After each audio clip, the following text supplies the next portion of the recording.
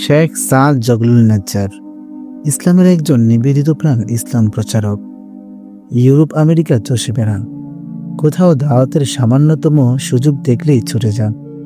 তার হাতে অসংখ্য অমুসলিম ইসলামের সুশীতল ছায়ায় আশ্রয় নিয়েছে। উনি একটা ঘটনা বলেছেন, সেবার গেলাম টেক্সাসে একটা সেমিনারে বক্তা হিসেবে। দুদিন পর আমাদের সেমিনার শেষ হলো। ভিসার মেয়াদ পুরোতে আরও 28 দিন।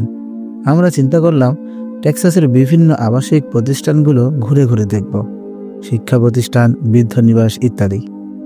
এই তো সেদিন গেলাম এক বৃদ্ধাশ্রমে। সেখানে এক কর্মকর্তা আমাদের পুরো কমপ্লেক্সটা ঘুরে দেখালেন।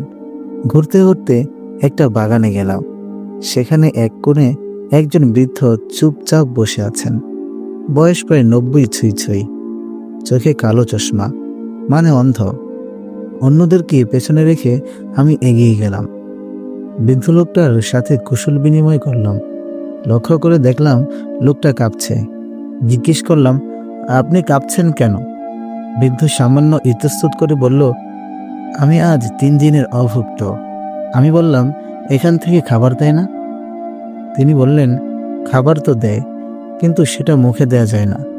এ ধরনের খাবারে আমি অভ্যস্ত নই। এখানে এতদিন হয়ে গেল, তবুও এখানকার খাবারে অভ্যস্ত হতে পারিনি। আমার সাথে একটা ছোট্ট ব্যাগে কিছু খাবার ছিল। খাবার মানে ঘরে বানানো কয়েকটা স্যান্ডউইচ। বাড়িয়ে দিলাম। বৃদ্ধ বড় আগ্রহ ভরে খেলেন। দেখে আমার মায়া লাগলো। আমি বললাম, আপনার কোনো সন্তানাদি নেই? প্রশ্নটা শুনে বৃদ্ধ মাথা নিচু করে ফেলল। চশমার ফাঁক গলে গাল বেয়ে পানি গড়াতে লাগলো। বৃদ্ধ বললেন, আছে 4 জন, 3 ছেলে 1 মেয়ে। তারা সবাই যার যার সংসার নিয়ে ব্যস্ত। সবাই আমাকে ছেড়ে আলাদা বাস করছে। আমি একাই বাসায় থাকতাম। শীত গ্রীষ্মে সময়টা বড়ই কষ্টে কাটত। একদিন ছোট ছেলেটা এলো।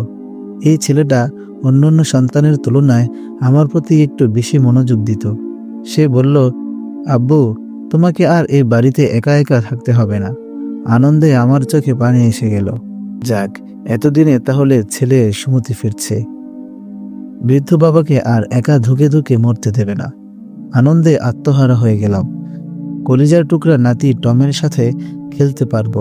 ছোট্ট পুতুলের মতো নাতনি জিনিয়াকে কোলে নিয়ে ঘুরতে পারবো। একদিন ছেলে আমার জামা কাপড় গুছিয়ে একটা ব্যাগে ভরল, আমাকে নিয়ে চলল। অধীর আগ্রহে অপেক্ষায় ছিলাম কখন টম জিনিয়ার সাথে দেখা হবে। ছেলে আমাকে নিয়ে একটা বড় অফিসে বসালো। আশেপাশে দেখলাম আরো কজন বৃদ্ধ বসে আছে। একটু পরে ছেলে আমার হাতে একটা কার্ড ধরিয়ে দিল। বলল, তোমার ডাক আসলে ওই ডান দিকের কামরায় যাবে। অফিসার যা যা প্রশ্ন করবে ঠিকঠাক উত্তর দেবে। আমি বললাম, এটা কিসের অফিস জ্যাক? জ্যাক বলল, এটা একটা বৃদ্ধাশ্রম। তুমি এখানে আরামেই থাকবে। আমার একটা বাসা দরকার, তাই কিছুদিন আমি আর মেরি তোমার বাসায় উঠব।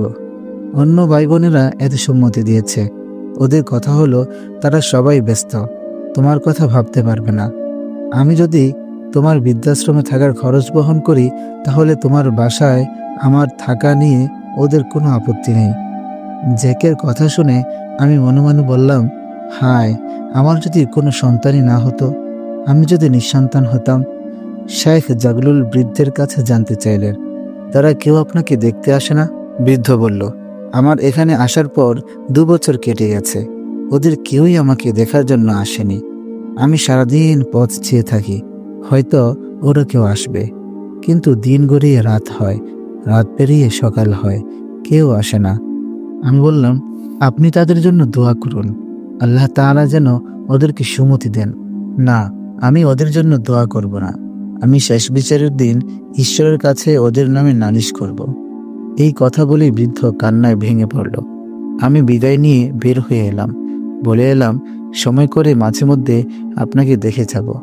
কয়েকদিন পর বৃদ্ধকে দেখার জন্য গেলাম। গিয়ে শুনি উনি মারা গেছেন। জিজ্ঞাসা করলাম, ওনার শেষকৃত্যে সন্তানদের কেউ এসেছিল কিনা? আমরা ফোনে যোগাযোগ করেছিলাম। ওনার সন্তানরা বলল, আপনারা আশ্রমের পক্ষ থেকে অন্ত্যেষ্টিক্রিয়া সেরে ফেলুন। আমরা এই মুহূর্তে আসতে পারবো না, খরচ যা লাগে পাঠিয়ে দেব।